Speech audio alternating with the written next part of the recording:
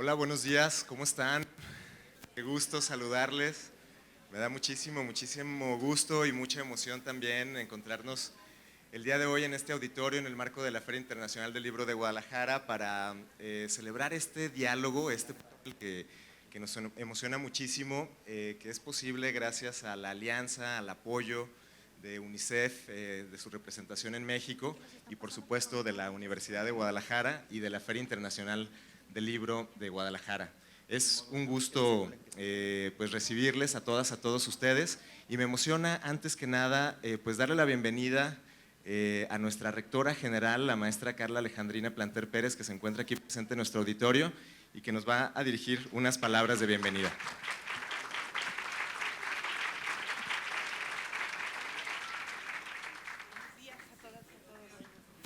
Muchas gracias. Buenos días tempranito, ¿verdad? Estamos en domingo. Qué bueno que están aquí. Es un gusto poder saludarles a todas y a todos ustedes.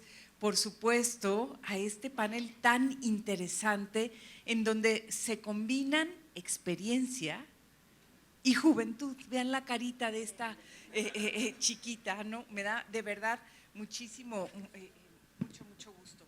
Bueno, pues en nombre de la Universidad de Guadalajara les ofrezco una cordial bienvenida y un cordial saludo a todos ustedes a esta mesa organizada por nuestra Casa de Estudios a través del Centro de Estudios Estratégicos para el Desarrollo. Aquí está su director, mi querido Omar Avilés. Y bueno, les decía, esta mezcla de experiencia y juventud va a traer sin duda muchos frutos y va a enriquecer esta conversación que va a abarcar distintas reflexiones, que va a abarcar también distintas vivencias, distintos puntos de vista. Tenemos aquí nada más ni nada menos que Rigoberta Menchú, la primera mujer indígena y la persona más joven en recibir el Premio Nobel de la Paz. Entonces es… Sí.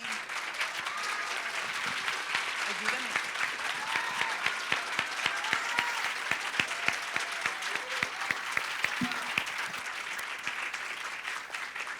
Está también Anaí Carrillo Rez, esta joven wixárika, ¿no? Está cursando el tercer año de secundaria.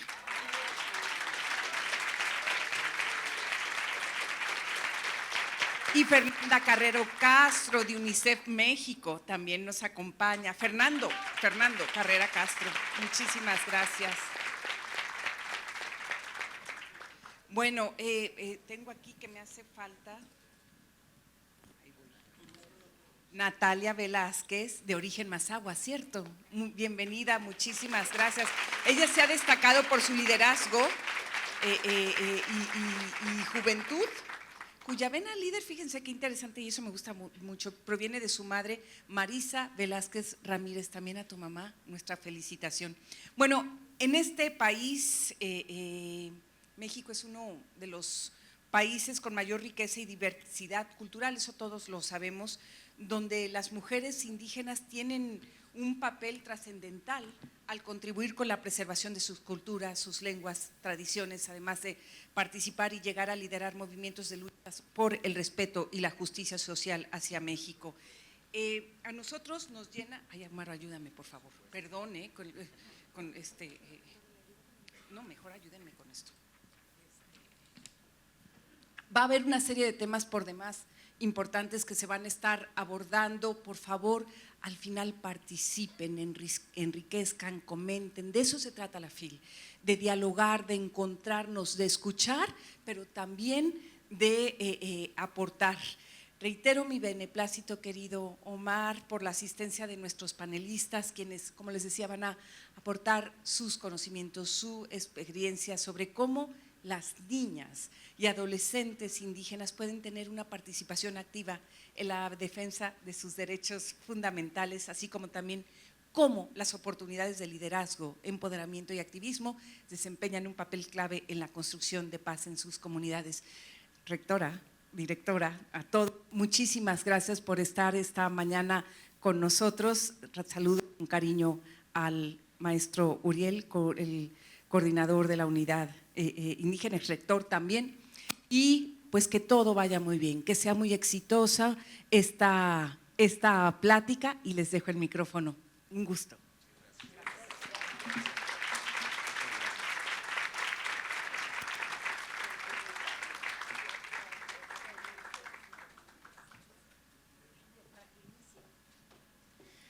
Muchísimas gracias, querida rectora Carla Planter. Pues vamos a arrancar este panel. La verdad es muy emocionante estar aquí para moderar esta charla que se antoja realmente enriquecedora, atractiva y en la que además habrá un diálogo que abrimos con todas las personas que nos acompañan esta mañana, para lo cual les pedimos que si tienen alguna pregunta que surja durante esta charla, por ahí nuestro equipo estará repartiendo algunas papeletas a través de las cuales pueden formular su pregunta y abriremos al final un espacio para leerlas y para abrir ese diálogo con el público. Bien, pues esta charla, como ya lo anticipaba, es un esfuerzo conjunto de la representación de UNICEF en México y de la Universidad de Guadalajara a través del Centro de Estudios Estratégicos para el Desarrollo, y le agradezco muchísimo a Fernando Carrera por el apoyo, por la alianza y por hacer posible pues este encuentro del día de hoy, que tiene pues la finalidad de dialogar acerca del poder de las voces indígenas y muy en especial el poder de las voces femeninas indígenas y todavía más en particular de las voces indígenas jóvenes y femeninas. Así que pues es un gran honor recibir el día de hoy en primer término a la doctora Rigoberta Menchú Tum, a quien le cederé en principio la palabra para abrir un poco el diálogo. Pondré yo sobre la mesa algunas preguntas que bueno, simplemente son aperitivos para iniciar la charla, para que la señora Rigoberta pues nos dé algunas ideas que a lo mejor nos puedan ayudar a dialogar y a soltar un poquito el cuerpo. Tenemos un buen rato para platicar, así que bueno, pues realmente no necesita gran presentación, pero la doctora Rigoberta Menchú es una gran lideresa social, activista, dirigente política, escritora, guía espiritual, que ha trabajado incansablemente en la defensa y reivindicación de los derechos de las mujeres y de los pueblos indígenas. Tiene una trayectoria extraordinaria en los procesos de diálogo de paz en la región de Mesoamérica. Es fundadora y presidenta vitalicia de la Fundación Rigoberta Menchú Tum en Guatemala y de la Asociación Rigoberta Menchú Tum AC en México. Dichas instituciones son su plataforma de trabajo a nivel nacional e internacional, desde donde ha desarrollado iniciativas en los ámbitos de la educación, seguridad alimentaria, derechos humanos y justicia a favor de las poblaciones más desfavorecidas. Es investigadora extraordinaria y titular de la cátedra extraordinaria Rigoberta Menchú Tum en la UNAM, y es catedrática de la Facultad de Derecho de la UNAM, también en donde ha impulsado el derecho indígena y la mediación de conflictos. Y así me podría seguir toda la mañana, pero en realidad pues queremos escucharla a usted, doctora Rigoberta, así que pues le cedo la palabra para iniciar. Si le parece, voy a poner sobre la mesa un par de preguntas a manera de detonantes que le pongo a su consideración. ¿Qué significa tener voz en un mundo donde históricamente y en múltiples contextos hay poblaciones a las que se les ha negado la palabra? ¿Quién define hoy en día qué voces importan y cómo se redistribuye ese poder de la palabra y de poder alzar la voz? ¿Qué necesitamos transformar en nuestras sociedades para que las voces de las niñas y adolescentes indígenas no solo sean escuchadas, sino que sean voces que puedan proponer alternativas para transformar el futuro? Doctora, tiene usted la palabra. Muchas gracias. Sakarik onojela lak, seblak kinkikotik, inkoural chanim, konojel, kulhural, kinyajonim lak rusiluwach, konojel re atalsig, Cochi, conogel raj kutunel, conogel raj tzijonel y conogel raj tzipmenel.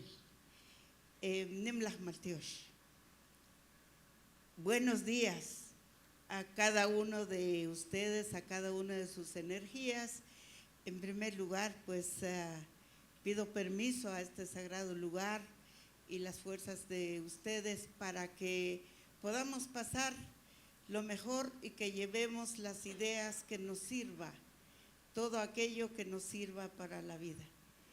Y si hay ideas que no nos sirven, pues los dejamos aquí porque no son nuestros. Eso es un poco lo que nosotros hacemos. El sagrado día de hoy, ante del Sagrado Calendario Maya, es 12 energías del Quej. Nuestro símbolo animal el día de hoy es el venado. Y el venadito nos recuerda que tiene 4 patas, que es sigiloso, es nervioso, es atento, hace varias cosas al mismo tiempo. Y en cuanto al cosmos, simboliza el corazón del cielo, el corazón de la tierra, la salida del sol, el nacimiento de la noche, el nacimiento del oxígeno y el nacimiento del agua. Entonces, es lo que llamamos el contenido del cero maya, el cero, el contenido que inventaron nuestros abuelos. Pero también es la fuerza del varón y es la fuerza de toda institución que creamos para nuestra vida. Es la fuerza de la institución de la familia, por ejemplo. Es la fuerza de la institución de nuestras ideas. Y es la fuerza también de nuestras organizaciones, porque es un día total, digamos. Son 6 energías que aglutina el redondo del día de hoy. Sol, noche, aire, pues agua y oxígeno, corazón de la tierra y corazón del cielo. Así que gracias por esto. Saludo a la Universidad de Guadalajara, la doctora Carla Planting, gracias por estar con nosotros y gracias también por abrirnos esta gran puerta, una gran puerta de la casa, de la gran casa del pensamiento, que es una universidad. Pero también es un honor estar aquí en la Feria Internacional de Libros de Guadalajara, porque se imaginan ustedes cuántos miles y miles y millones de letras que caminan hoy aquí y que uno con otro se empujan y otros se encuentran y otros vienen y van. Y un tema tan importante como es nuestra identidad, nuestra diversidad y nuestro ser humano profundo, pues también coexiste en esta manera aquí. Pues aquí andan los espíritus de los libros empujándose uno con otro de todos los continentes y me imagino que algo nos llevaremos de esa fuerza. Por eso es el día de los Ahtzib, como nosotros los llamamos, los Ahtzib, que tienen en sus manos el poder de la esencia de la palabra. Bueno, yo quiero saludar aquí y agradecer profundamente al doctor Fernando Carrera Castro.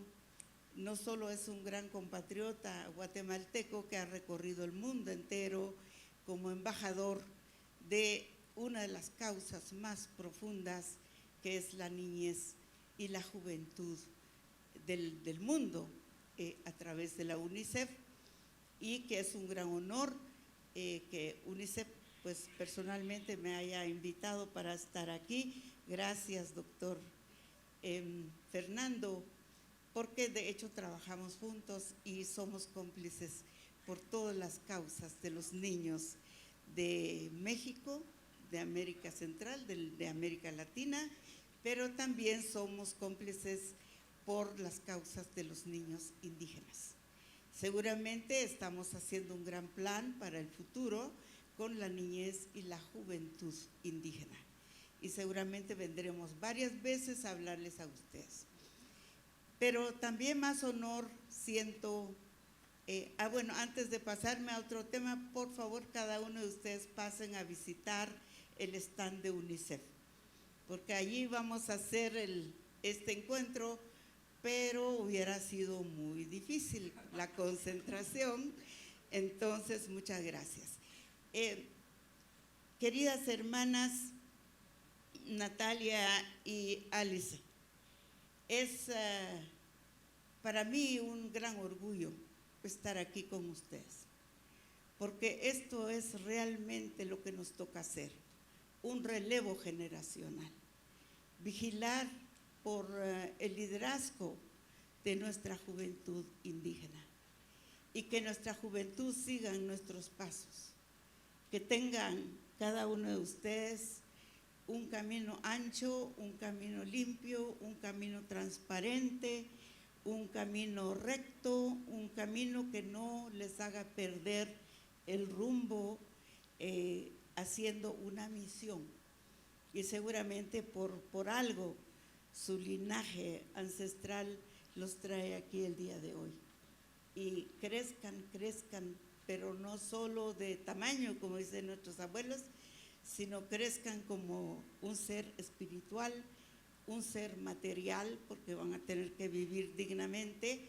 Nunca permitan que les hagan vivir de manera indigna, y que crezcan también de conocimiento y de sabiduría. Esto es una parte muy lindo que es lo que vamos a hablar hoy. Entonces, muchas gracias por la oportunidad y deseo lo mejor para los jóvenes indígenas. Ya los veo en un liderazgo extraordinario. Cuando yo era de su edad, pues todos me cuestionaban, hasta me preguntaban, ¿qué comes tú? ¿Qué comiste? Por eso saliste muy inteligente. Y yo les decía, normalmente comí lo que ustedes no comieron, porque nací en la orilla de un bosque nuboso. Entonces, muchas gracias y agradezco la Feria Internacional de Libros de Guadalajara, este espacio que da a los pueblos indígenas y al pensamiento o al acercamiento de encontrar caminos que nos pueda hacer compatibles y que podamos hacer recíprocas. Ayúdame y te ayudo. Esa es la filosofía más importante que yo tengo en la vida. Ayúdeme y yo te ayudo. Gracias. Bueno. Muchas gracias, doctora. ¿Quiere que responda a las preguntas? No. Me parece magnífico para iniciar, doctora. Muchas gracias por esta hermosa introducción que nos pone sobre la mesa. Pues a mí me gustaría ahora presentar a Fernando Carrera Castro, antes de presentar también a nuestras invitadas. Fernando Carrera, ya lo mencioné, es un gran aliado, también lo presentó la doctora Menchú. Y yo, de verdad, Fernando, te agradezco muchísimo tu apoyo, tu presencia y sobre todo tu trabajo magnífico que realizas desde UNICEF, desde la representación en México de UNICEF. Sabemos el trabajo que desarrolla UNICEF, la gran causa que representa y bueno, es un honor tenerte aquí con nosotros, Fernando. Es representante de UNICEF en México, graduado en Economía por la Universidad Nacional de Costa Rica y maestro en Economía y Política de Desarrollo por la Universidad de Cambridge. Tiene una amplia experiencia en relaciones internacionales, política social, emergencias, crisis humanitarias y derechos humanos, particularmente de la infancia y de la adolescencia.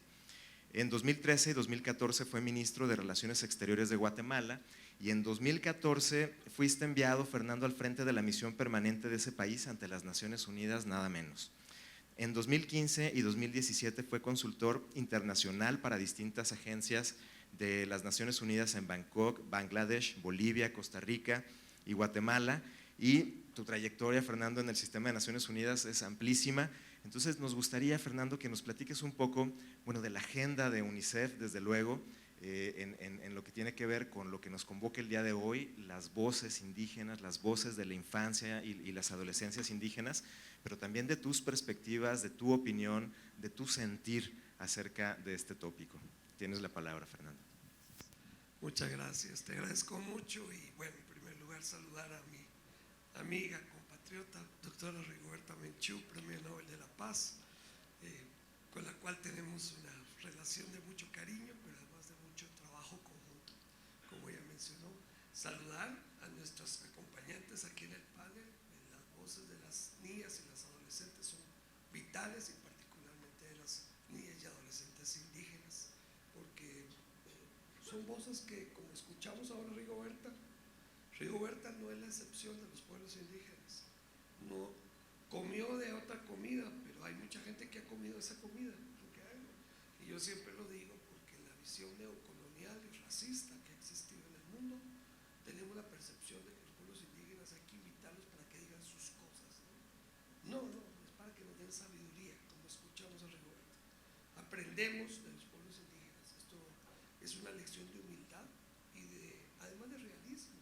No es solamente el idealismo que era aprender, es el realismo de que los pueblos indígenas hoy, a pesar de los siglos de opresión neocolonial, continúan aportando enormes cosas para el mundo, y por eso es que es importante escuchar también a las niñas y adolescentes, porque ellas tienen esa sabiduría que siguen comiendo de la misma comida Rigoberta, para seguir dando sabiduría. Y agradecerle a la rectora, por favor, de la Universidad de Guadalajara, que orgullo que la primera mujer rectora de la universidad. México tiene muchas primeras mujeres en los últimos 2 años y estamos muy contentos. Yo he visitado a muchas de esas primeras mujeres, pero muy orgulloso, señora rectora, de poder estar en este espacio con la Universidad de Guadalajara. Y como bien decía Rigoberta, agradecer a la Feria Internacional del Libro por abrir este espacio para dialogar sobre un tema tan trascendente. Y como conversábamos con Rigo y con Maya, que está ahí sentada, también que trabaja dentro de la Fundación Rigoberta Menchú, en el desayuno hablábamos de que necesitamos diversificar las voces. No podemos hablar de palabras si las palabras de los pueblos indígenas y afrodescendientes no están presentes también. Yo le decía a Rigoberta, a la doctora Menchú esta mañana también, como en el presidium de ayer estaba muy notorio que había una presencia indígena, pero también sería bueno haber tenido un afrodescendiente. Son pueblos que también traen sabiduría para este mundo. Bueno, decirte que de parte de UNICEF, UNICEF México y UNICEF en el mundo, tenemos un trabajo de muchos años en solidaridad y en trabajo por reconocimiento de los derechos de las poblaciones indígenas, niñas y adolescentes en toda América Latina y en otros países también. He hecho ese paso. Yo he trabajado en varios continentes y en varios continentes nos hemos podido acercar a los pueblos indígenas. Pero aquí en América Latina es una larga tradición. Yo honro esa tradición acá en México, voy a decirlo de esta manera, me incorpora esa tradición y con la enorme suerte de poder tener a la doctora Menchú acá también, moviéndose entre México y Guatemala, pero pasando mucho tiempo acá en México para poder avanzar esta agenda. ¿Qué cosas son fundamentales en este momento para esas voces? Lo más importante, foros, espacios, que hay espacios para que ellas hablen y para que se les escuche, y que no se les escuche con condescendencia ni con superioridad, que se les escuche en condiciones de igualdad, que eso lo hablamos también con la doctora Menchú mucho. Hay que trabajar en la igualdad para que esas voces sean reconocidas tan legítimas como cualquier otra. Somos seres humanos. Yo les insisto mucho a los colegas en el trabajo mío, no nos olvidemos, ¿no? Hay muchas variedades de tomates o jitomates, como dicen en el país de México. Hay muchas variedades de tomates, hay muchas variedades de aguacates, ¿okay? Hay muchas variedades de camotes, hay muchas variedades de papas en el mundo. Solo hay una especie humana, solo una, el Homo sapiens, ninguna otra. Y lo que nos distingue es lo que comimos. Si estuvimos cerca de un bosque nuboso como el de Uspantán, que es la región de donde viene Rigoberta, que es un lindo lugar del mundo, pero fuera de eso, la misma especie, no hay ninguna diferencia, somos Homo sapiens, ¿okay? A pesar de que nos veamos de color distinto, de tamaño distinto, hablar idiomas distintos, tener trajes distintos, ropa distinta, a pesar de todas esas diferencias culturales, somos una sola especie, ¿no? Y por lo tanto, la especie Homo sapiens tiene que escucharse en su diversidad. Eso es lo importante. No olvidar que somos iguales totalmente, tenemos una diversidad que celebrar y que escuchar. Y bueno, yo empecé a escuchar a la doctora Menchú hace muchos años, cuando ella y yo creo que éramos un poquito jóvenes. Recuerdo, una vez estuvimos con... Hay un dato que no dijiste de la doctora Menchú que es muy importante, lo mencionaste como trabajo, pero ella es académica, ¿no? Es muy importante, es una académica como muchos que están acá.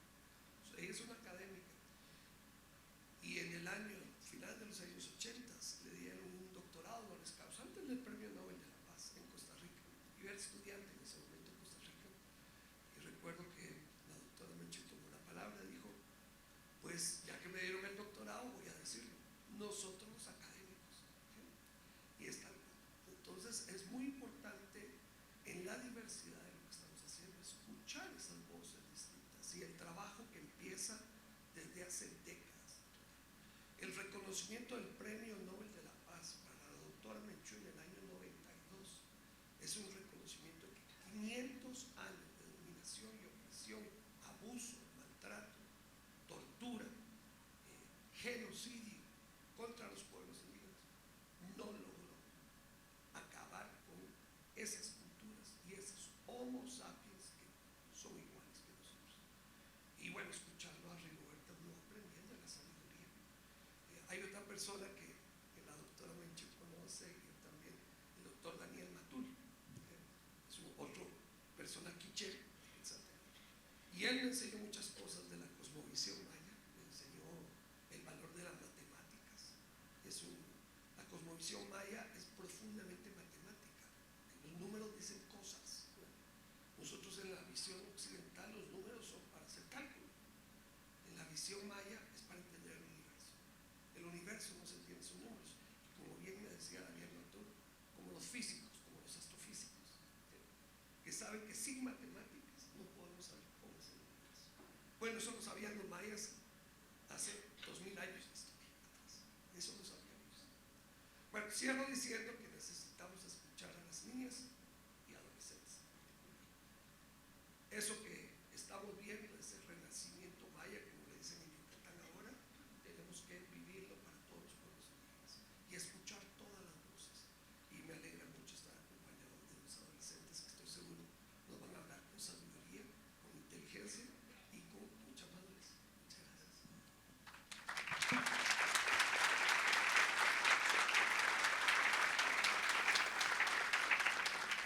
Muchas gracias, Fernando. Sin duda, pues este espacio además precisamente fue concebido para eso, para escuchar esas voces, y por eso me emociona muchísimo darle la bienvenida a Natalia y también a Anaí. Natalia Montserrat Velázquez Ramírez es una joven mazahua nacida en la área metropolitana de Guadalajara.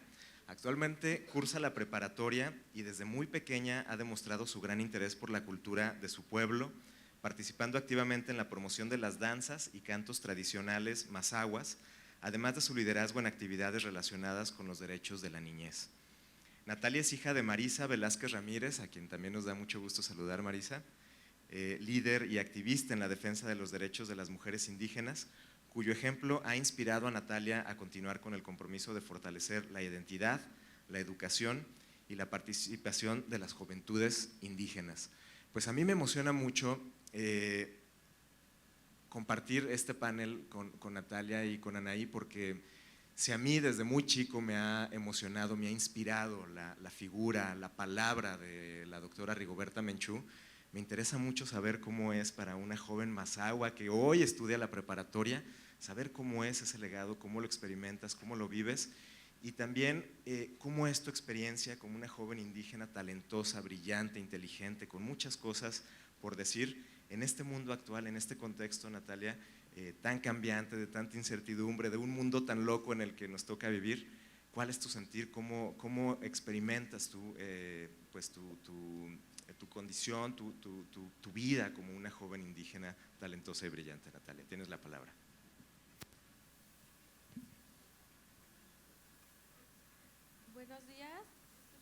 Buenos días, mi nombre es Natalia Velázquez, soy de la comunidad mazahua.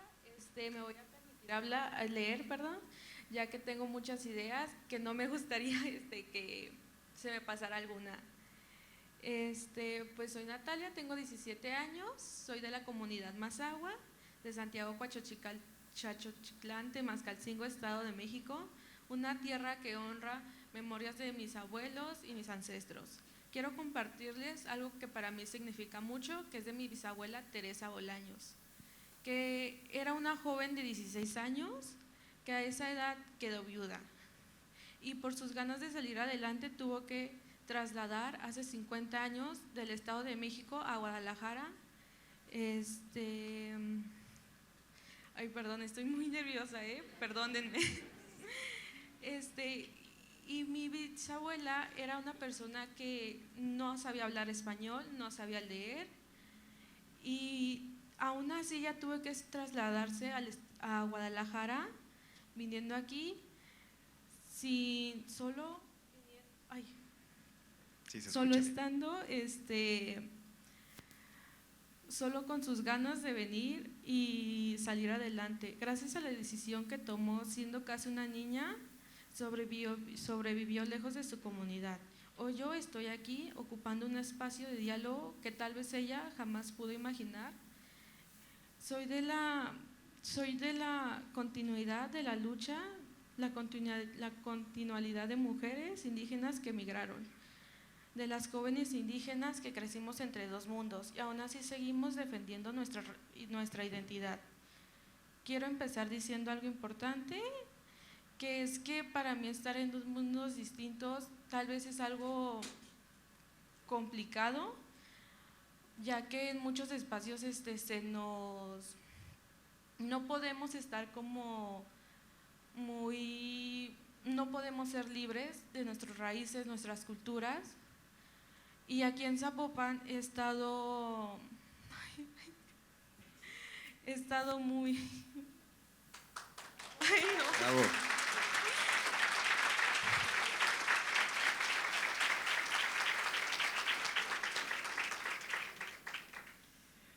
Ay. Es que ando Yo también muy… estoy súper nervioso,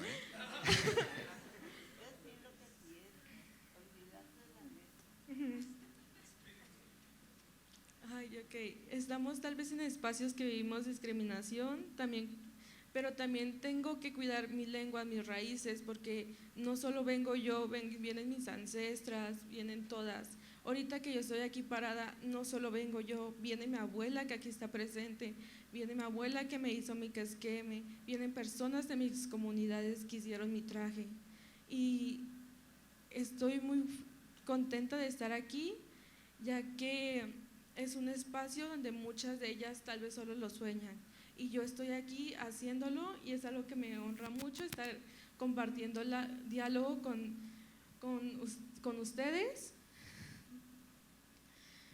Y estar en dos mundos distintos a veces es muy complicado, ya que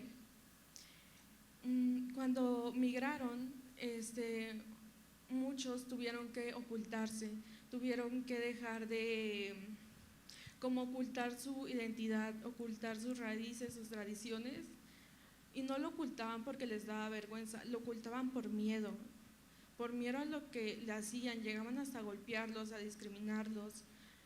No podías estar en la calle con tu vestimenta, ni siquiera hablar tu lengua, porque personas externas te criticaban, te creían un idiota por no saber español, por no vestirte por cómo se visten los demás.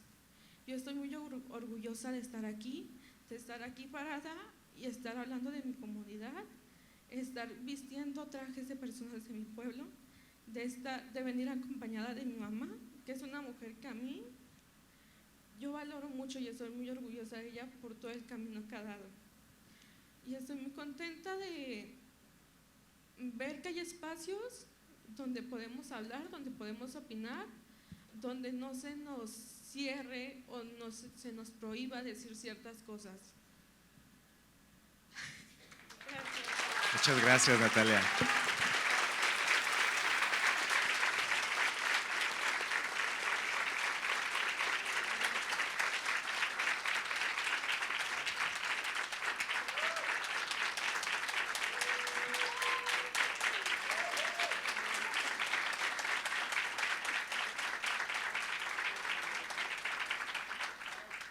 Qué hermoso, qué conmovedor y qué profundo y qué cierto todo esto que nos dice Natalia. Realmente es emocionante. Yo también estoy muy nervioso y muy emocionado, así que si se me quiebra la voz, por favor, no me juzguen. Bueno, pues ahora voy a presentar a otra joven realmente inspiradora que yo acabo de conocer hace unos momentos, pero ya con unos pocos minutos que estuvimos platicando, pues realmente me inspiró muchísimo y me emociona mucho presentarte, Anaí. Alitzea Anaí Ritávima Carrillo Reza es una joven birrárica originaria de Colotlán, Jalisco. Actualmente vive en Guadalajara y cursa el 3er año de secundaria. Es hija de Locadia Reza López, a quien también saludo. Señora Locadia, es un gusto tenerla aquí también con nosotros. Mujer artesana, valiente, inspiradora, quien participa activamente en una organización de indígenas birraritari que viven en Guadalajara y que se han unido para hacer una comunidad y apoyarse mutuamente en esta ciudad de Guadalajara. Estas jóvenes, y muy en particular Anaí, representa la voz de la fuerza, la esperanza de una nueva generación de mujeres indígenas que están buscando transformar su entorno desde la educación, la cultura y el liderazgo, y realmente es muy inspirador el trabajo que realizan aquí en nuestra ciudad.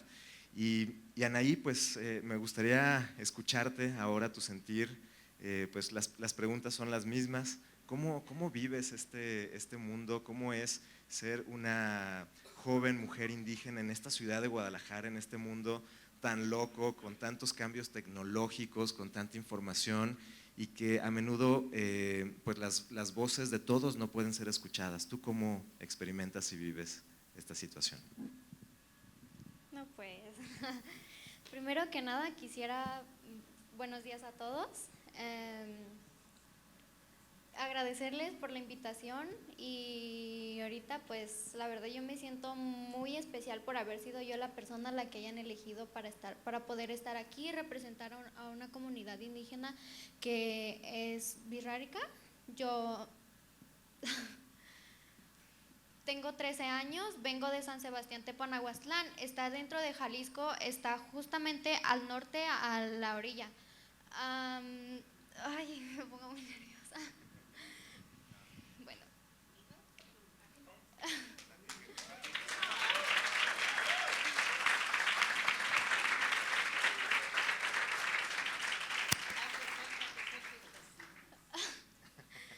Bueno, yo me siento, pues sí me siento muy especial de estar aquí. Pues ya como les digo, soy de San Sebastián Tepanahuastlán.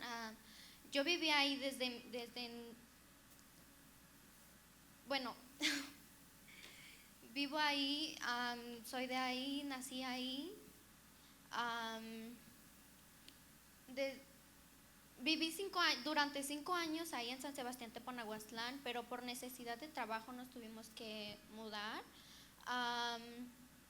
acá a Guadalajara, donde hay muchas oportunidades de trabajo.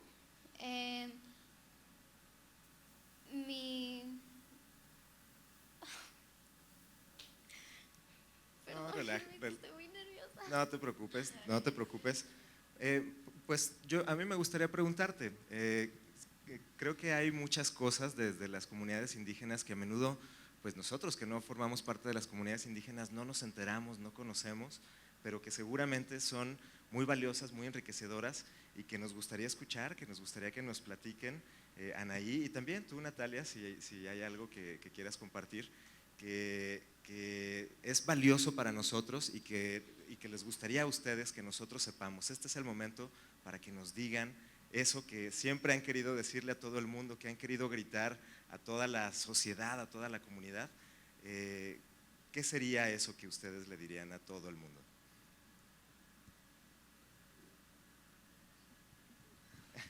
Mientras que respiren, yo puedo hablar, ¿no? Sí, por favor, doctora. Sí, por supuesto. Bueno, no se preocupen, yo empecé a aprender la alfabetización a los 14 años y no saben lo que significa ir por un camino forzoso para tener que estar a la altura de quienes nacieron hablando el español, de quienes nacieron mamando el español y también nacieron mamando la idea de sociedad que traen. Y yo vengo de otro mundo, como dijo aquí Natalia, de otro mundo que tiene un sistema diferente. Por ejemplo, la mayoría de nosotros hasta los 20 años tal vez escuchamos y escuchamos. Ese es en primer lugar, no tanto qué quiero gritar yo para decir, sino qué tanto estoy aprendiendo, escuchando a mis abuelos, escuchando la comunidad, escuchando los camalbé, las abuelas comadronas, escuchando las abuelas biológicas, escuchando. Entonces somos un pequeño tanque de pensamiento que hemos ido resguardando, ¿verdad? Y luego pues expresar en otro idioma es realmente difícil. Yo admiro a los hermanos y hermanas bilingües o multilingües, porque nosotros en nuestros sistemas somos multilingües. Yo a veces sabía algo de los uspantecos, escuchaba algo de los quechís y escuchaba algo de los sichiles y escuchaba algo y trataba de asociar palabras o contenidos, pero con el español no lo hacíamos tanto porque también nuestros padres nos decían, tú no necesitas el español, mijo, ¿verdad? Si te quieren, tratarán de escucharte y si no, pues no vas a usar eso. Y entonces es otro mundo.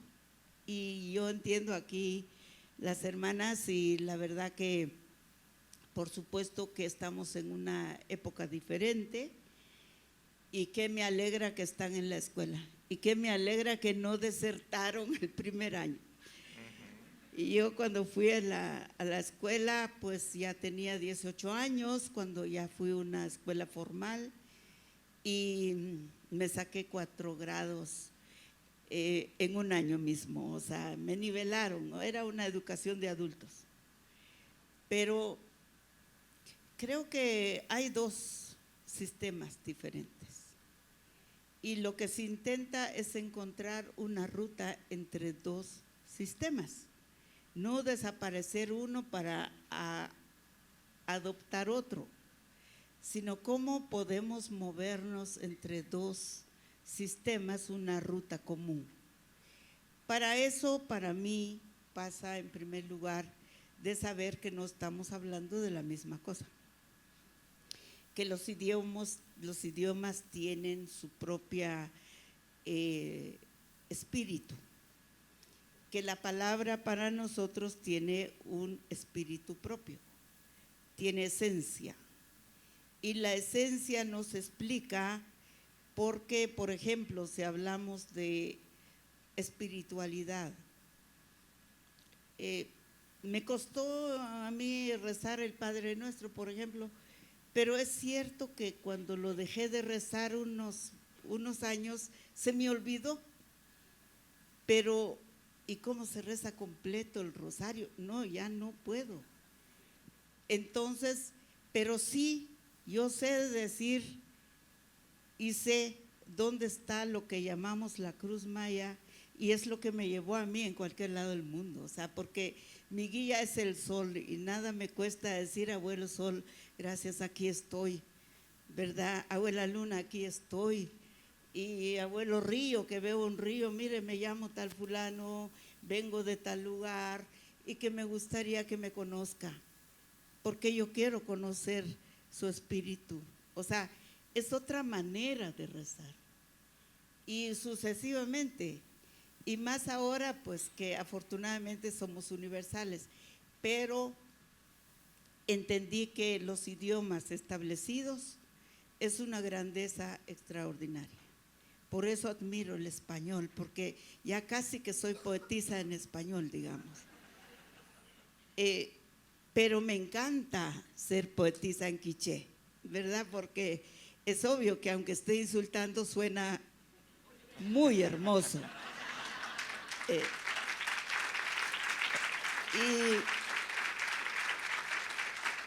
Y luego, pues, algunos códigos muy importantes. Para nosotros, cada quien tiene una misión. Ella probablemente lo que hablan son sus manos, ¿verdad? Si hablan nuestras manos miran, hablan, se usa.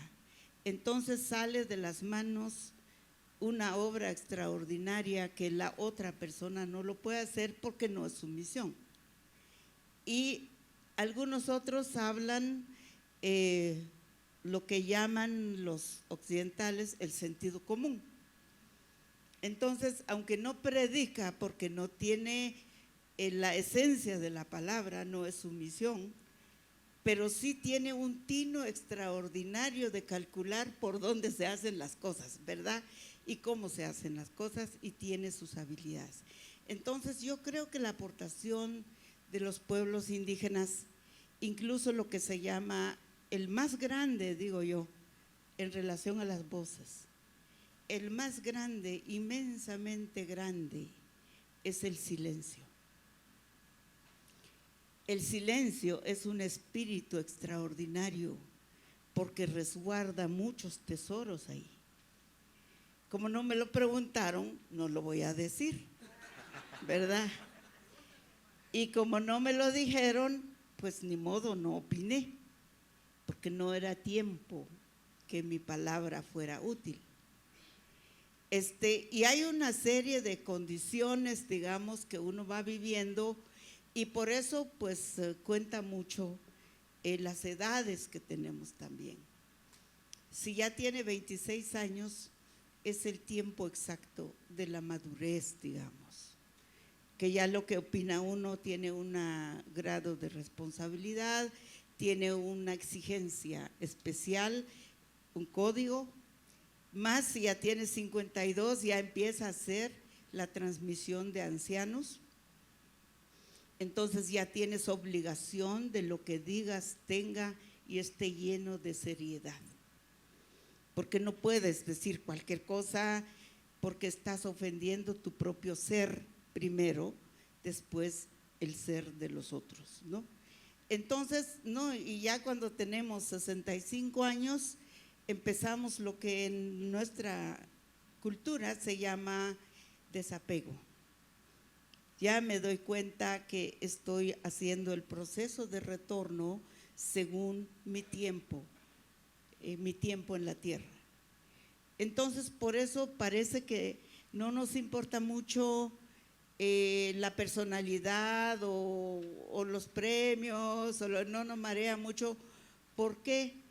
Porque sabemos que nuestra temporalidad en el planeta es corta y tarde o temprano ya terminó nuestra misión.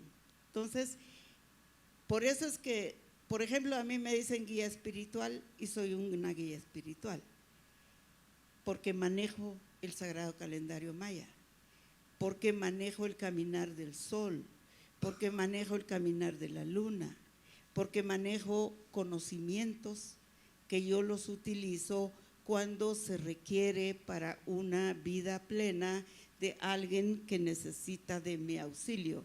Es como un doctor.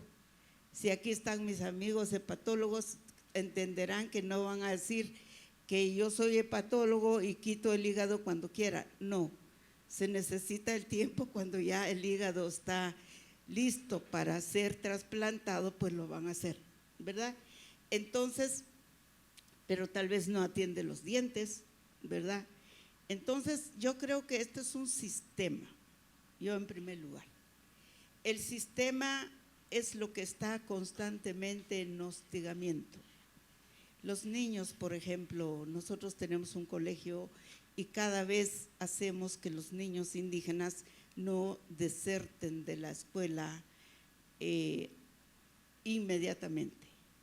¿Qué hacemos? Pues la escuela tiene 4 idiomas, se aprende 4 idiomas en la escuela. el cachiquel, el sutujil, porque es el idioma de los pueblos que estudian con nosotros, el español porque es el idioma nacional y el inglés porque es un idioma internacional.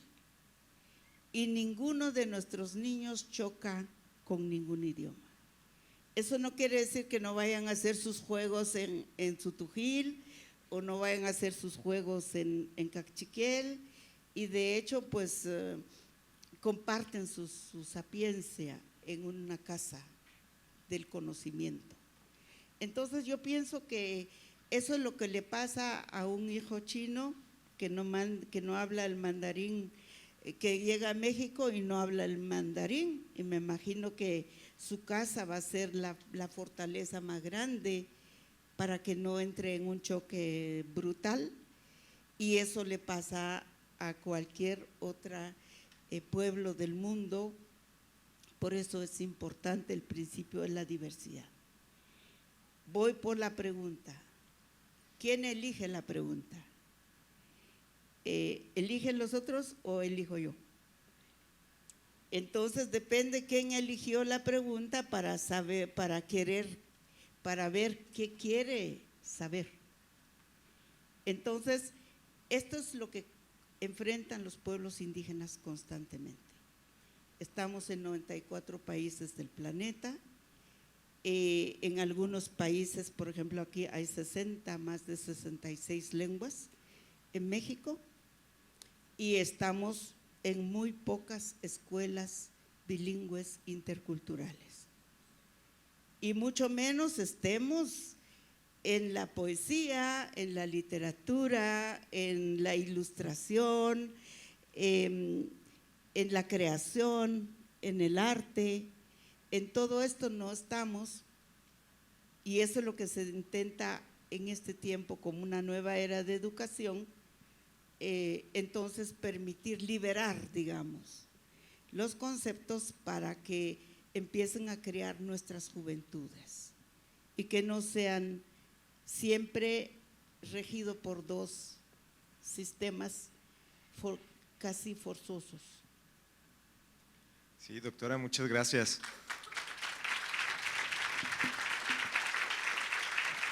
Yo quisiera que no suelte el micrófono, porque sobre esto que nos está diciendo, doctora Rigoberta, el conocimiento indígena que usted con sus palabras nos demuestra que es tan amplio, tan profundo, también conlleva una lucha por el reconocimiento, de la cultura y de ese conocimiento de las comunidades indígenas. ¿Cuál es el papel, retomando un poco la pregunta que le hacía a nuestras invitadas, cuál es el rol de esa lucha por el reconocimiento en el contexto de este mundo, de esta actualidad que se caracteriza por tanta información, a menudo falsa, a menudo información contradictoria, a menudo información vacía, y también por grandes conflictos sociales, incluyendo el deterioro ambiental que nos está poniendo en amenaza incluso como especie? ¿Cómo considera usted que ese gran conocimiento y esa lucha por el reconocimiento de los derechos y de la cultura, de las culturas indígenas, aportan o dialogan en este mundo tan convulso de la actualidad, doctora Rigoberta? Yo creo que el primer lenguaje que tenemos que cultivar es el lenguaje común, lo que dice Fernando. Doctor, usted dice somos una sola especie. No quiere decir que no tengamos la diversidad, pero si la diversidad es lo más sagrado que nos dejó el Creador, porque somos tan inteligentes los humanos y tenemos mucha prodigiosidad, y que cada uno tenemos una enorme cantidad de fortalezas para poder hacer una vida feliz y una vida plena. Entonces, dentro de todo, si solo aperturamos un poco nuestras mentes para saber que somos diversos, trato de entender el otro para que trate de entenderme. O sea, eso se llama respeto mutuo. Si practicamos un código en nuestra vida de respeto mutuo, inmediatamente nos vamos a identificar cuáles son las cosas maravillosas que nos unen. Y si ya usamos un lenguaje, por ejemplo, estamos trabajando con la juez Marimar sobre Viendo te entiendo, los lenguajes diversos de los sordomudos. Ellos leen los labios, ellos leen los gestos, ellos leen las señas, etcétera, etcétera. Pero si no ven nuestros gestos, ¿cómo van a entender qué queremos nosotros y cómo ellos nos van a compartir lo que saben? Qué maravilloso trabajar con muchos lenguajes. Entonces, la predisposición, yo diría, si yo ya voy con la idea de que ella no puede, hago lo posible para hacer cosas que se vuelve para la otra persona son chistosos, ¿no? O sea, a mí me ha pasado, todo el mundo, y después yo digo, ¿y por qué? ¿Por qué? Si todavía puedo caminar, si todavía puedo, y entonces la gente cree porque yo no, tal vez no sé y me quiere enseñar muy buena voluntad. Si yo sé valorar eso, voy a aprender mucho ese día. Si no sé valorar eso, me enojo tanto ese día. O sea, como los humanos tenemos como un pequeño límite, pero no tanto. Entonces, ¿cómo podemos hacer para practicar un respeto mutuo? Eso es lo que enseño yo, que se llama un magíster de conciencia, ¿verdad? Reciprocidad, ayúdeme y te ayudo. Nunca decir yo hago por ti. Y con los pueblos indígenas yo he encontrado muchísima subestimación desde el desarrollo, desde la enseñanza, desde la inclusión, llamada inclusión, desde todo. ¿Por qué haces eso? Porque yo quiero mucho a los pueblos indígenas. Pero ¿por qué no dejas que la hermana lo haga? Para ver cómo lo puede hacer, cómo lo sabe hacer, no obligarla a hacer, sino que lo haga porque sabe hacer. Entonces, esa relación recíproca es muy importante. Y luego mucho agradecimiento, porque nosotros sí somos muy agradecidos. Hasta por una cosita pequeña agradecemos 50 veces. ¿Por qué? Porque es un código también de conducta que nos enseñan nuestros padres. O sea, nos dice mi hija, si vas a algún lado del mundo, si agradeces lo que hacen contigo, seguramente sos una mujer prodigiosa, porque sos humilde. La humildad para ellos es la gratitud. Entonces, a veces agradecemos mucho a Dios, pero no agradecemos a un hermano indígena que hizo 1000 cosas por nosotros. Entonces, por eso el paternalismo es una de las cosas que más nos ha golpeado. El paternalismo, la indiferencia.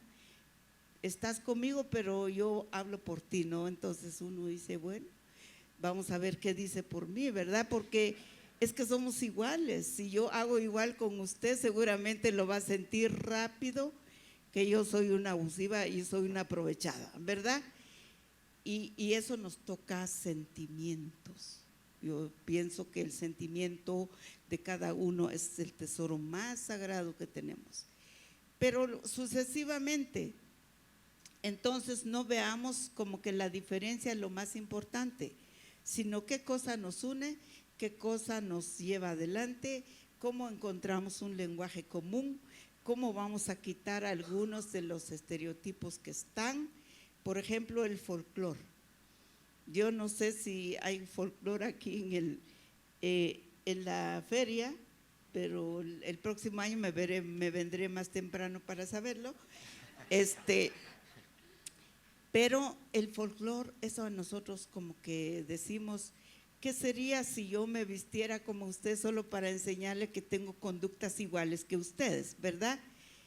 Y el folclore, yo en Guatemala les dije una vez a la feria, yo dije yo no voy porque ustedes hacen folclore. es bueno que ustedes se rían de nuestra manera de vestirnos o de hablar o de lo que sea, está bien, pero yo mismo me río de mí, no, yo me río de mí de otra manera, o sea, sí lo hago, pero de otra manera. Entonces, yo pienso que hablar de pueblos indígenas no solo ver un problema, sino ver una forma de vida, una forma de sociedad, una forma de convivencia, una forma de reconocimiento y autorreconocimiento. Y de ahí salen las voces. Yo creo que aquí tenemos poetas, tenemos maestros, maestras, que nos enseñan una calidad de vida. Sí, sí, sí. Doctora, muchas gracias. Un aplauso, por favor. Oigan, pues este panel fue pensado principalmente para abrir un diálogo entre nuestras invitadas, en el que Fernando y yo estamos acompañando, pero principalmente queremos escuchar el diálogo entre ustedes. Entonces, doctora Rigoberta, usted dice, ayúdame y yo te ayudaré, y yo le voy a pedir su ayuda. ¿Por qué no me ayuda a conducir ese diálogo, junto conmigo moderar y conducir este diálogo? Y empezamos con Natalia, que te veo, Natalia, con ganas de platicarnos algo. Adelante. ¿Qué más te motiva en la vida?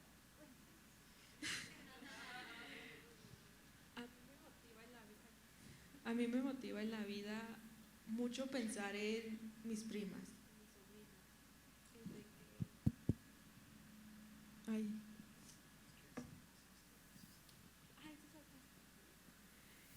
En el que el día de mañana ellas pueden ser líderes, ellas puedan estar en cargos, ellas puedan representarnos, en que puedan salir a la calle libremente, sin vergüenza, aunque puedan hablar. Porque ahorita, como decía Rigoberta, el folclore, porque no somos un adorno, no somos una especie de que, no somos como el árbol de Navidad, de que lo ponen y todos con las fotos. No porque sea malo, simplemente que yo no voy con ustedes y digo, ay, me puedo tomar una foto contigo porque tienes un saco, porque tienes una falda, porque tienes tacones. Es igual con nosotros, porque representa mucho para nosotros nuestros vestimenta, nos lleva muchas manos, lleva mucho tiempo y es algo que se respeta, es algo de cada quien, es algo que representa mucho. Un ejemplo de mi quesqueme, que es el que llevo puesto, la mañanita. Esta me la hizo mi abuela en mi cumpleaños de 15 años, que duró un año elaborándolo. O sea, es un trabajo muy valioso y muy sagrado. Y para que al final intenten de que me lo utilicen, de que el folclore para adornar un cierto evento, un cierto lugar, o nada más para publicar en redes de que yo no discrimino, cosas así.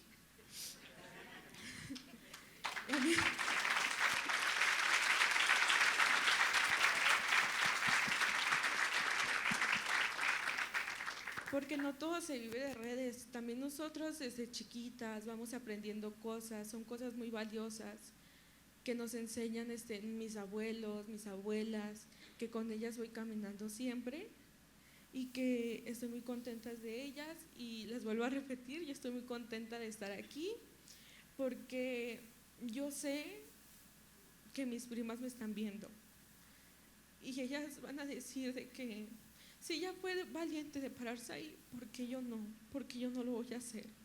Y yo sé que ellas en un futuro van a lograr algo más, pero también necesito de su ayuda, de que nos escuchen y no solo me escuchen y saliendo de la puerta hagan como que nada pasa, porque están sucediendo muchas cosas y creo que ocupamos, aunque suena muy mal, normalizar las culturas indígenas, porque no es algo de otro mundo, es algo de aquí y somos de aquí y no, se da mucho el caso de que yo por ser del Estado de México y vivir en Guadalajara me dicen migrante en mi propio país, cuando es mi país, es mi tierra, es donde estoy, ¿saben? Es donde pertenezco y no por eso soy una extraña, soy hasta parece que los extranjeros tienen hasta más privilegios que yo siendo de aquí.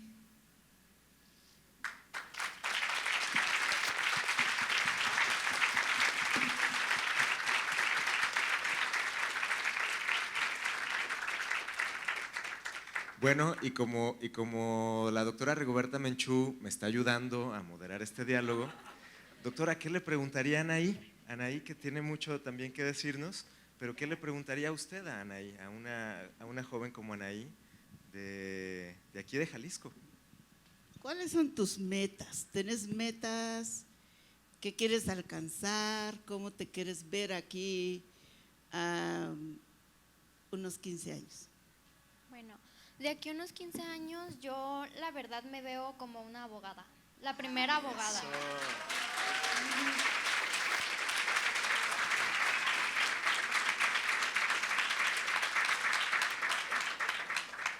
Yo quiero estudiar derechos para en sí representar a mi cultura, para poder ser un apoyo más de ellos, para poder defenderlos y estar arriba.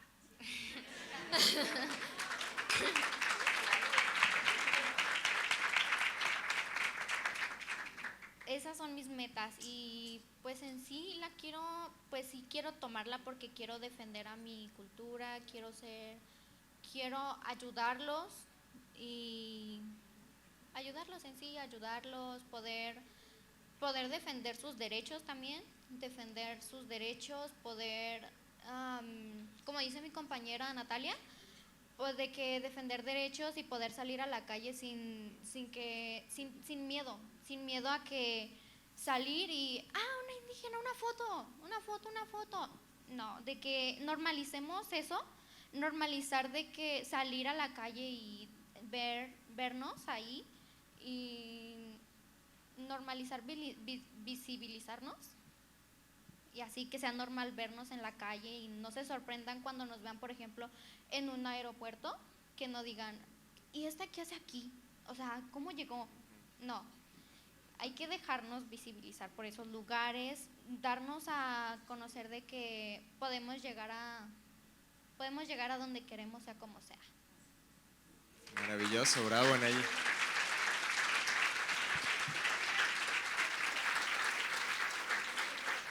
Estoy seguro que vas a ser una gran abogada. Por cierto, las puertas de la Universidad de Guadalajara están abiertas para ti, para que te formes en la UDG.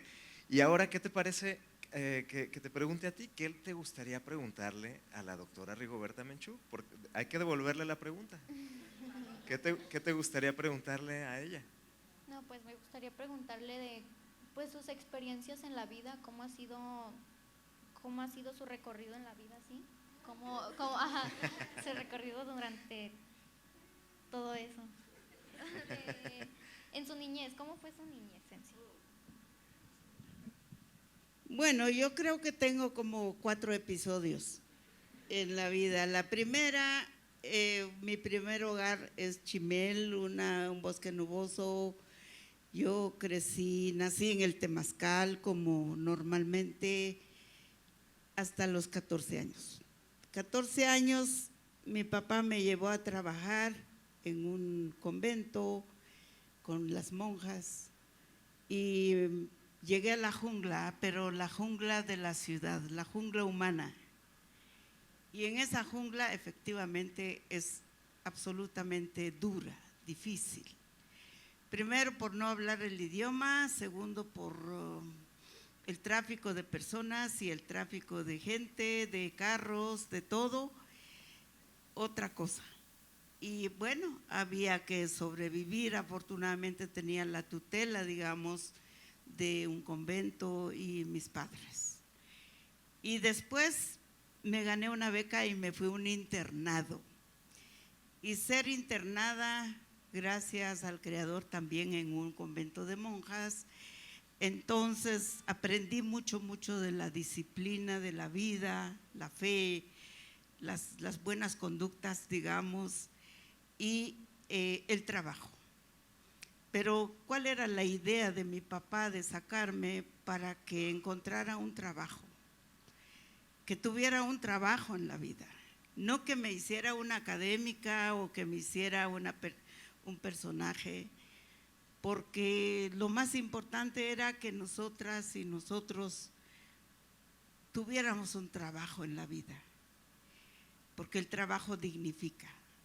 Pues, y ya estaba en el convento cuando llegó la violencia, y a mí me tuvieron que sacar cruzando fronteras porque exterminaron mi familia. Eso es otro episodio de mi vida, que es la violencia. Se junta con todas las otras violencias. Entonces, bueno, yo viví, soy un sobreviviente de la guerra en Guatemala. Mataron a mis padres, mi padre quemado vivo, mi hermano patrocinio secuestrado, torturado, mi madre desaparecida hasta la fecha, etc. Así que salí a los 22 años, salí de Guatemala y me vine a México. Así que me refugié a México desde hace 44 años. Así que ese gran episodio, pues lo único que puedo decir es gracias a México también que yo estoy viva, gracias a México que tantas familias mexicanas, porque yo sí recibí el amor de familias mexicanas, no solo que me quisieron, que me saludaron, no, me dieron de comer, me vistieron, me dieron esperanza, me dieron conocimientos, conocí extraordinarios intelectuales guatemaltecos y mexicanos aquí en este territorio, que también ya es mi territorio porque también tengo nacionalidad mexicana. Entonces estoy muy feliz con eso. Mi primera misión son refugiados. Yo me uní a los refugiados guatemaltecos y empecé a viajar por el mundo por ellos, a buscar apoyo, a hablar. Y una de las experiencias que yo les digo a ustedes, que no lo dejen porque ahora estamos en una era de la tecnología, es la comunicación asertiva, aprender a comunicar.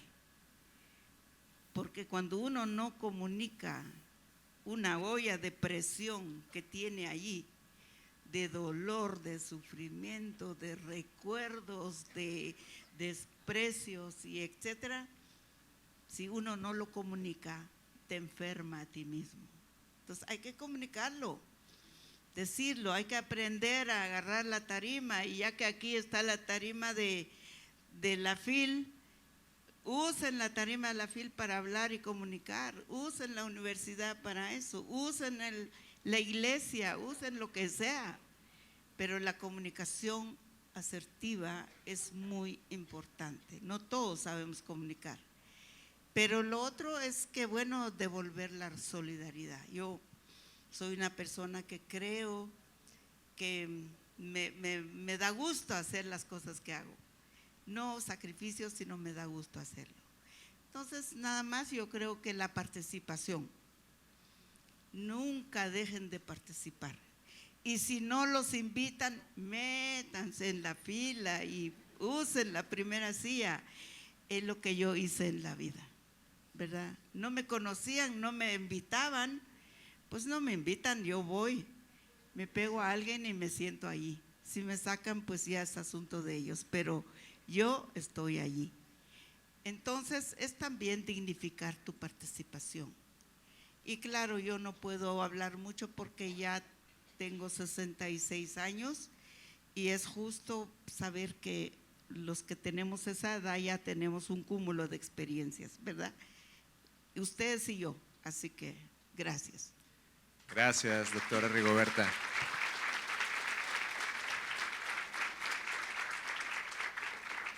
Oye, Natalia, pues de seguro ya sabes que ahora voy contigo, ya te oliste para dónde va la cosa, pero si te parece, y para dejar descansar poquito a la doctora Rigoberta, antes de que tú le hagas una pregunta, me gustaría escucharte, Fernando, también a ti alguna opinión, alguna reacción a todo esto que se ha dicho aquí, desde tu trinchera, porque lo es, ¿no? También tú eres parte de esta lucha por el reconocimiento de la identidad cultural de los pueblos indígenas. ¿Qué nos puedes decir? Breve, porque yo creo que ya sabemos dónde está la sabiduría. Así que, Lo voy a decir muy breve. No, hablar de que eso que hablaba la doctora Menchú, de la necesidad de una educación pluricultural y plurilingüe es muy importante. Nosotros hemos trabajado en muchos países como UNICEF y aquí en México también, para que las niñas y los niños aprendan a leer y escribir en su propio idioma. Que no tengan que llegar a los 14 años a aprender español, pero que también sepan que su idioma original materno de sus ancestros es su idioma para escribir y para leer. Esto es muy importante. Entonces, este es un aporte que se está haciendo.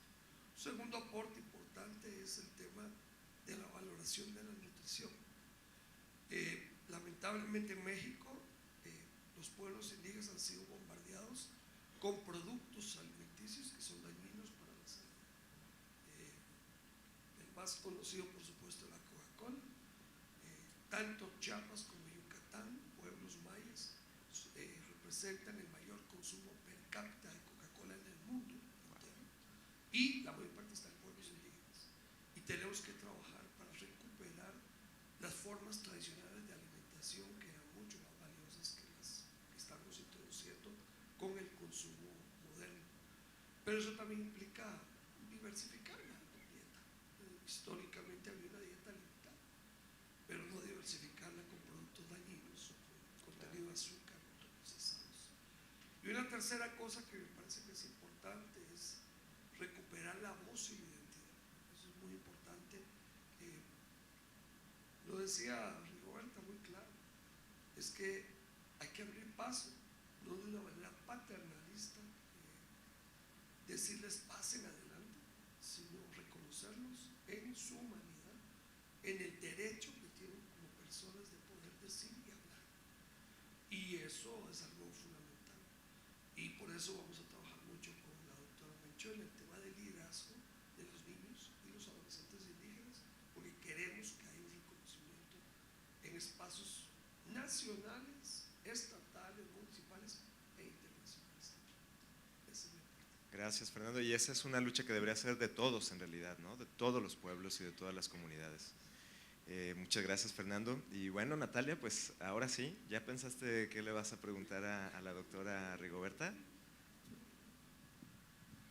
Mi pregunta es, ¿cuál fue el suceso, el acto que usted vio o vivió que dijo, donde empezó su lucha? ¿Cuál fue la razón donde dijo, ya no me voy a quedar callada? Qué buena pregunta. Bueno, yo creo que no tuve oportunidad de elegir. No pude elegir. Simplemente me vi parado en una situación donde es tan difícil manejarlo. Entonces lo único que me quedó es ir diciendo lo que me está pasando. Yo creo que esa es la parte que fue parteagua en mi vida. No fue esperando qué dicen de mí, sino yo fui diciendo lo que yo quiero decir.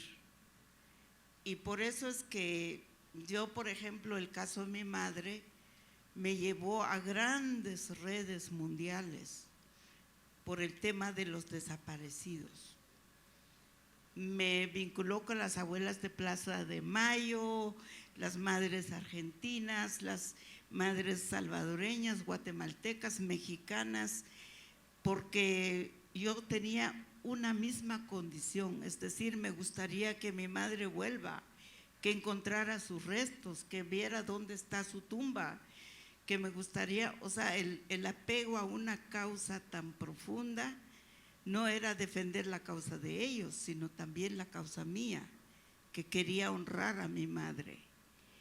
Me vinculó con las comadronas, porque mamá era comadrona, y entonces a todas las abuelas comadronas de las comunidades sentía que quería retribuirle a mi mamá con esa causa de comadronas para que sigan recibiendo niños al mundo en sanas condiciones. Y las plantas medicinales, porque yo también aprendí mucho de mamá con plantas medicinales. Luego, pues la causa de mi papá, que fue mundial, o sea, mi padre fue quemado en la Embajada de España el 31 de enero del año 80, y si el mundo no se conmovió siendo un hecho universal, ¿por qué fregados se conmoverían los locales? O sea, entonces es una causa que yo denuncié. Con eso me unió a los refugiados también. Entonces, y ya llegamos a la campaña en los 500 años. Si ustedes algunos se recuerdan de la campaña continental de los 500 años de resistencia indígena, negra y popular, así lo llamamos en esos años, realmente fue una campaña extraordinaria. ¿Quiénes estaban al frente de la campaña? Pues estaba Evo Morales, estaba yo, estaba Muyuy, estaba Nina Pacari, estaban, o sea, muchos jóvenes de mi edad encabezamos ese gran movimiento continental y gracias a eso tenemos el premio Nobel. Por eso el premio Nobel es memoria colectiva, no es una memoria personal. No hice yo grandes cosas para eso. Muchos gritamos voces para eso. Entonces, y bueno, me unió a la lucha de las mujeres, porque la verdad que he sido parte de una cadena universal de reivindicación de las mujeres, no solo de participación política, sino también de dignificación de las mujeres en todas sus dimensiones. Y yo pienso que esa suerte mía de ser parte de unas causas universales también tuvo sacrificios, sí. Los primeros 10 años de mi vida, no me pregunten por mi dirección porque nunca tuve casa. Estuve en la casa donde me dieron hospedaje por una noche, 2 noches, con comunidades, con colonias, con conventos de monjas, con donde quiera que yo pedía un apoyo para quedarme unos días, me quedaba. O sea, yo por 10 años antes del premio Nobel no tenía casa, solamente casas de distinguidas personas. Entre de ellos Carlos Payán, que era el fundador de la jornada, pues a ellos los quiero tanto como si fueran mis primeros padres adoptivos. Bueno, entonces yo pienso que el caso mío no tuve opción, simplemente fui creciendo en la marcha, en el camino. Eso sí, sacrificio sí.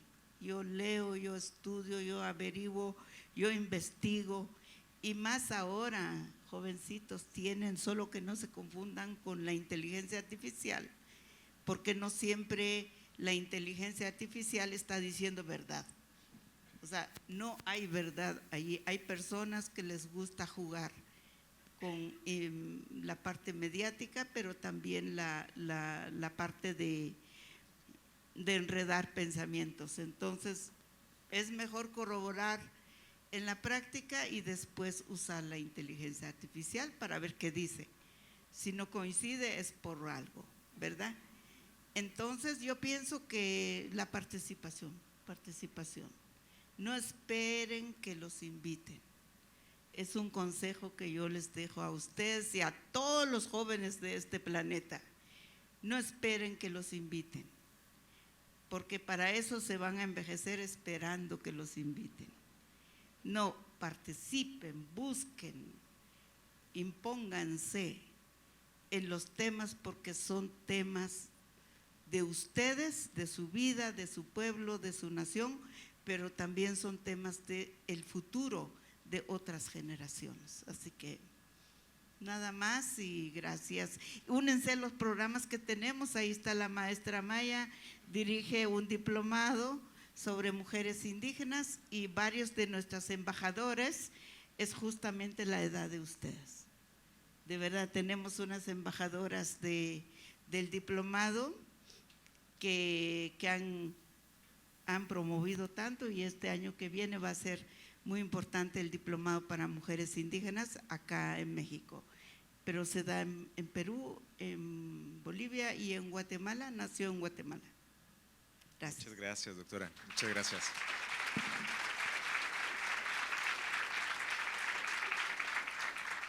Gracias, nos aproximamos ya al final del panel, aunque todavía tenemos unos buenos 20 minutos para algunas preguntas. Estamos recibiendo muchísimas preguntas de aquí del público, que les agradezco mucho.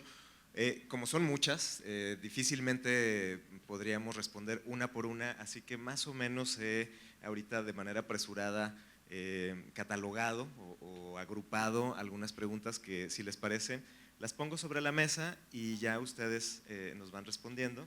Muchas gracias. Y siguen llegando más, estas ahorita las reviso. Pero miren, estas son en específico para Natalia y para Anaí. Ahí les van. Pregunta a las jóvenes, ¿en sus comunidades se sienten ustedes apoyadas por los varones? Para Anaí, ¿cómo ha sido para ti estar en la secundaria? ¿Te has enfrentado a discriminación o lo que actualmente se le llama bullying por ser indígena? Te lo pregunta alguien que también está en tercero de secundaria. Muchas gracias. Para las jóvenes adolescentes Natalia y Anaí, ¿creen que las redes sociales pueden ser una herramienta para dar voz a las mujeres indígenas? Gran pregunta, ¿cuál es su experiencia también con las redes sociales? Y por último, ¿cuál ha sido su experiencia en la escuela? ¿Cómo defienden o han defendido su identidad? ¿Qué le dirían a otros jóvenes indígenas para que sigan su ejemplo? Muchas gracias, Stephanie Pérez Santos, que también es estudiante. Pues ahí está un abanico de preguntas para ustedes, chicas. Yo, bueno, para la pregunta que es en secundaria si he pasado discriminaciones, pues mi experiencia en la secundaria ha sido buena. No, una que otra, digamos, en forma de broma así, me han dicho cosas, pero es de que X. Somos chavos, y pues Somos chavos. y pues es de que en sí de que burla de que pues no ha sido una experiencia muy bonita. He tenido compañeros muy lindos, son muy educados, o sea, de que no, o sea, jamás en mi vida he sufrido por burlas, he pasado por eso y pues así mi experiencia ha sido muy buena. Sí. Muchas gracias Natalia. ¿Qué nos puedes decir de estas preguntas? Para la pregunta Gracias. la pregunta que dice el apoyo de la parte masculina de mi pueblo, es un tema muy delicado, ya que es como vivir dos vidas, una vida en mi pueblo y una vida en la ciudad. Yo aquí tal vez puedo estar muy abierta, en la ciudad puedo estar teniendo amigos, hombres, puedo estar muy así, pero dentro de mi pueblo aunque ya no estamos de que siglos atrás, sigue habiendo como un machismo de parte de los hombres, de que está más escondido, pero se sigue diciendo. Ahora lo toman como chiste, ¿sabes? Ya no es como que te lo exijan de que solo sirves para casarte, pero lo hacen de maneras en forma de burla, de chistes, para ocultarlo un poco. Y para liderar personas así, tal vez lo que se ha hecho para juntar a las mujeres de mi pueblo pueda sonar mal, pero es la forma que encontró mi mamá para ayudar y que las señoras de mi pueblo puedan conocer, que es a través de talleres de bordado, de jabón, de así, que tal vez es en mi casa, pero es la única forma que los hombres, que los esposos de mis tías, de mis abuelas, las dejan ir, las dejan escuchar. Y es la única manera que ellas tienen, o es su espacio de ser libres, de comentar cosas. Y tal vez lo hacen todo por encimita. No pueden ellas hablar libremente, no pueden no las pueden ver con alguien, no las pueden ver solas. Aunque estemos en la ciudad, hay todavía muchas cosas que se ocupan trabajar. Y el tema de las redes sociales es un arma de doble filo. Puede salir muy bien, mucha gente lo puede ver, mucha gente se entera y hay mucha gente que te va a felicitar porque no dejas que mueran tus raíces, pero igual ciertas personas, y casi siempre son los mismos de mi pueblo, varones, te amenazan, te dicen cosas, porque les abres los ojos a los demás de la misma comunidad. Porque también está como mal visto que uses las redes sociales, porque creen que por ser indígena tal vez no puedes hacerlo, y menos siendo mujer, y no puedes vivir publicando cosas, poniendo cosas, aunque sean para aprender, aunque sean diciendo tus logros, como que no lo logran entender el por qué avanzas y ellos no. No dejan avanzar a mujeres de mi pueblo y ponen barreras. Ok, Natalia, sobre esto, gracias, sí, un aplauso. Sobre esto me gustaría enlazarlo, y esto es para todo el panel, una pregunta que tengo por aquí en la que les preguntan a ustedes cómo las tecnologías, la inteligencia artificial, las redes sociales, todas las tecnologías de la información en general, consideran ustedes que pueden ser aliadas en las luchas por el reconocimiento de la identidad cultural de sus pueblos. ¿Ustedes qué opinan? Y esto es para todo el panel también, doctora Rigoberta, Fernando, Anaí.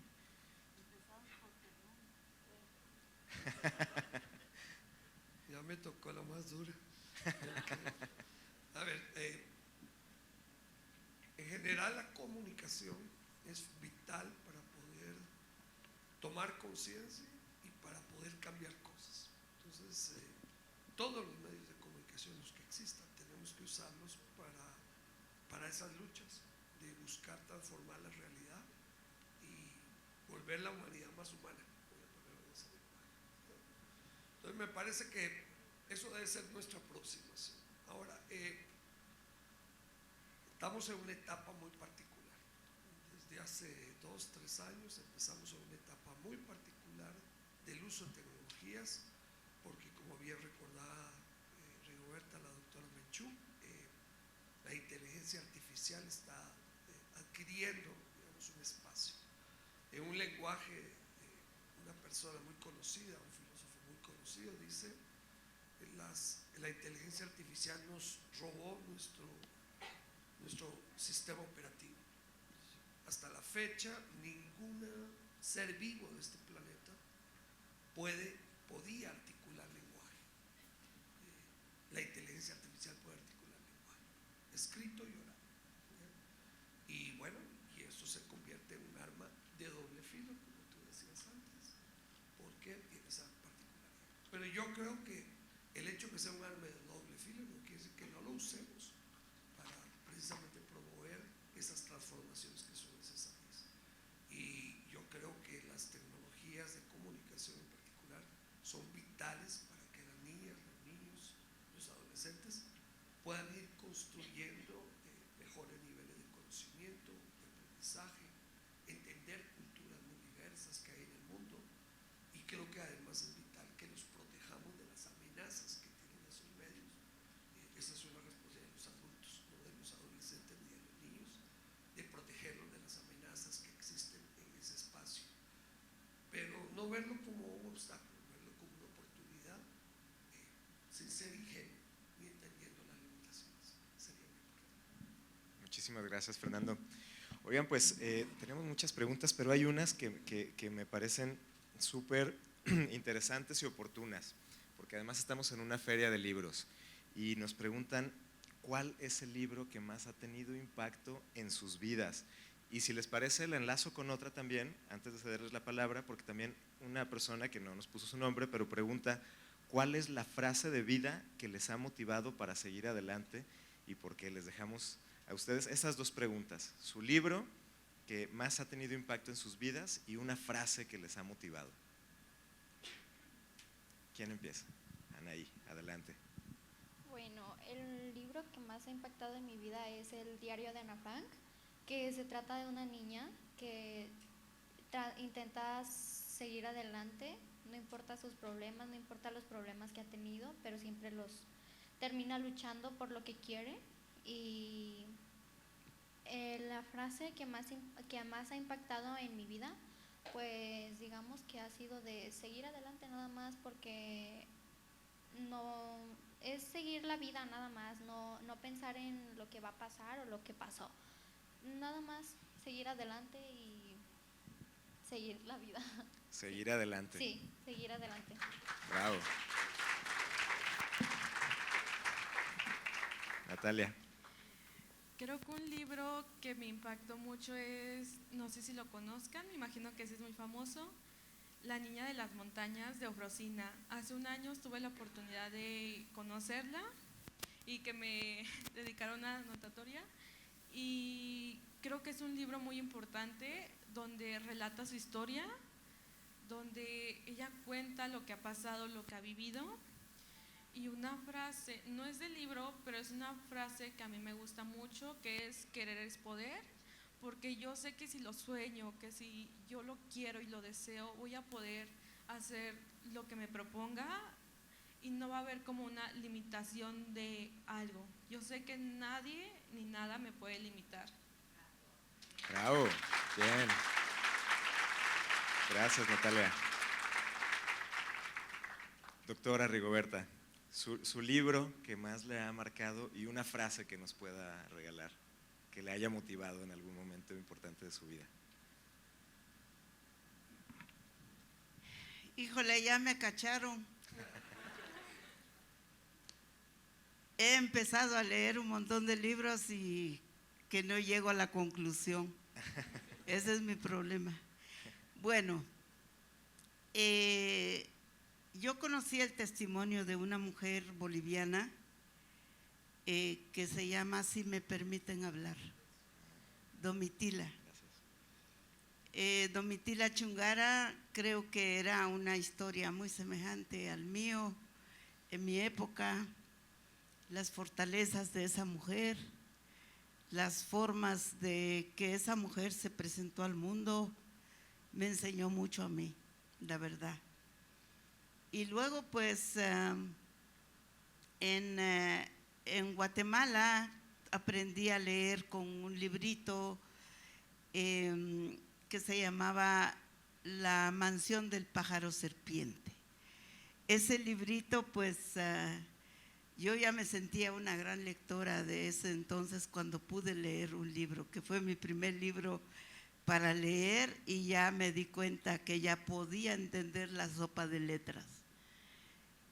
Y bueno, me han impactado muchas personas en su vida, tanto porque he oído muchísimos testimonios, y yo me inclino más por las vidas, las historias, las ciencias, los conocimientos no escritos y no codificados.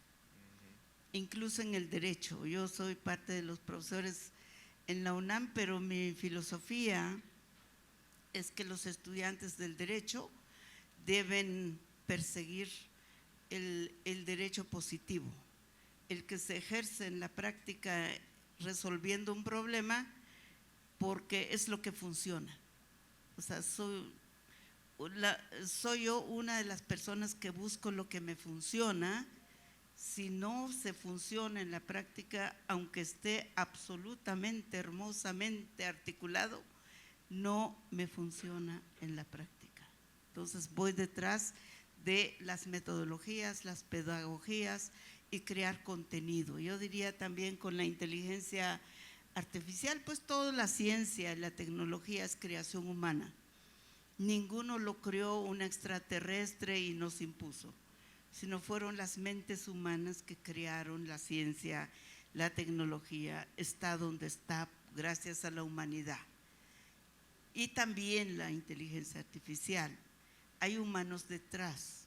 Por eso es importante que la usemos y que le demos contenido.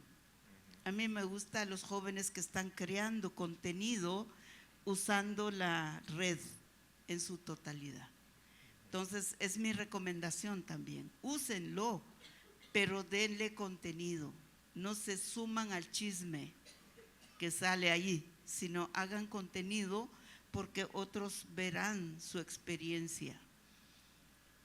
¿Qué más? Bueno, me gusta escuchar muchas historias, personas que a mí me abrió el mundo, el horizonte de mi mente espiritual y mi vida real.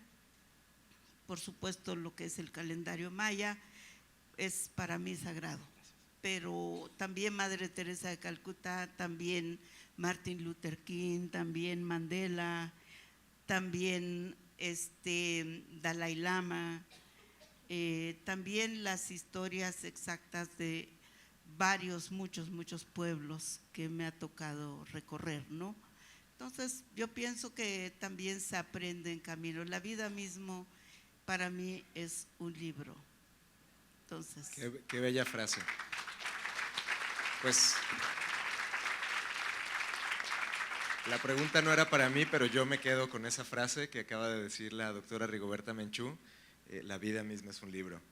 Estamos ya, estos últimos papelitos que han visto que me pasaron no son preguntas, son advertencias de que estamos ya en el borde del límite para concluir nuestra charla. Tenemos muchas preguntas que, pues dado que estamos aquí frente a este público, yo les voy a comprometer a nuestros invitados, si les parece, para que no se queden en el tintero las preguntas. Les vamos a invitar a que tras bambalinas, a propósito de las redes sociales, nos puedan responder algunas o si se puede todas estas preguntas para que no se queden sin responder. Y con una última pregunta cierro, no sin mencionar el mensaje que le deja aquí a Anaí, la magistrada María del Mar Sala Franco, que se encuentra aquí con nosotros, magistrada, y que dice que ella es magistrada del Tribunal Agrario, donde resuelven con perspectiva intercultural los asuntos a menudo relacionados con las comunidades indígenas y que se pone a tus órdenes, Anaí, para ayudarte en tu formación como abogada. Muchas gracias, magistrada. Muchas gracias. Y vamos a dejar una última pregunta que, por supuesto, ¿para quién creen que va a ser? Obviamente para la doctora Rigoberta Menchú, que me encanta que la hayan hecho porque es algo que a mí me hubiera gustado preguntar. Doctora Rigoberta, como líder, como guía espiritual, ¿qué consejo nos daría a todos nosotros? ¿Cuál sería su consejo de vida que nos daría como guía espiritual? bueno, cada uno tiene su propio ser. Nada que envidiar al otro. O sea, todo lo tiene uno y lo que yo tengo no lo tienen ustedes. Así que nada que envidiar. Entonces, es muy importante saber quién es uno mismo. Traten de saber quiénes son. Eso se hace a través de sus sueños, de sus percepciones, a través de las cosas que resuelven. A veces está el manual, pero no es lo que funcionó. Funcionó el criterio propio y es su propia luz. Luego, pues traten de no saberlo todo. Cuando uno sabe todo, se enreda. Y lo más importante es el equilibrio personal, el equilibrio emocional, equilibrio espiritual, equilibrio material. Ya si tienen mucho dinero, ya preocúpense, porque los puede enfermar. Y cuando no tienen nada, también preocúpense, porque no es bueno. O sea, el equilibrio material es muy importante. Por lo tanto, la mente puede funcionar mucho cuando uno usa la mente para la esencia de las cosas. Cuando se levantan, ¿qué hago yo? Me sirve a mí. Me levanto y me concentro un rato y digo, pido al Creador, o depende cuál es su religión, puede ser a la Virgen de Guadalupe, puede ser, yo pido al Sagrado Sol, ¿verdad? Que me ilumine ese día para que todo lo que haga sea para la vida propia, la vida de los demás, o sea, la salud personal. Luego la salud colectiva. y luego la felicidad, porque es lo que uno busca en el mundo, busca ser feliz nada más. No hay otra cosa más que la felicidad. Entonces sean felices con lo que hacen, no se asuman culpas que no son sus culpas. Es decir, es bueno decir perdón, perdón, perdón. Gracias, gracias, gracias y quiero más, quiero abundancia. Esas tres formas de ver la vida es muy importante para niños, jóvenes, adultos, ancianos, no importa, mujeres, hombres. Todos, nuestra mente nos ayuda a guiar el camino. Nada más, solamente yo realmente me admiro la gente que le echa mucha culpa a Dios. Dice, Dios quiso, Dios hizo, Dios me condenó, Dios me fregó, o sea, todo eso. No, es una mente personal, un deseo personal, porque uno es lo que necesita. Autoestima, salud personal, salud colectiva y salud social. Nada más, lo que es del pueblo no hay que dañarlo, porque no solo es mío. Entonces yo pienso que es una forma de llevar la vida uno mismo. ¿Qué más les puedo decir? No conozco sus energías cada uno. Yo sé que aquí de plano hay monos, hay pájaros carpinteros, hay venaditos, o sea, tenemos un otro yo en la naturaleza, un otro yo en el mar, un otro yo en árbol y tenemos un otro yo que es realmente lo que se llama nuestra conciencia propia. La conciencia propia no se engaña, solo se vive. Gracias. Muchas gracias, doctora Rigoberta. Muchas gracias. Pues se nos ha agotado el tiempo, no saben qué privilegio, qué honor ha sido para mí conducir este diálogo. Muchísimas gracias, Fernando, y a todo el equipo de UNICEF que también se encuentra aquí en Guadalajara, por todo su apoyo, por hacer posible este panel y por supuesto a nuestras invitadas, Anaí, Natalia, doctora Rigoberta Menchú. Muchas gracias por sus reflexiones, por su participación, por sus ideas, por sus emociones que nos pusieron aquí en el panel. Y bueno, a todas y todos ustedes les invitamos a que sigan el programa de la Feria Internacional del Libro de Guadalajara, que sigan las redes sociales del Centro de Estudios Estratégicos para el Desarrollo, donde se podrán enterar de algunas otras actividades que tenemos, y agradecerles muchísimo por su atención el día de hoy. Gracias.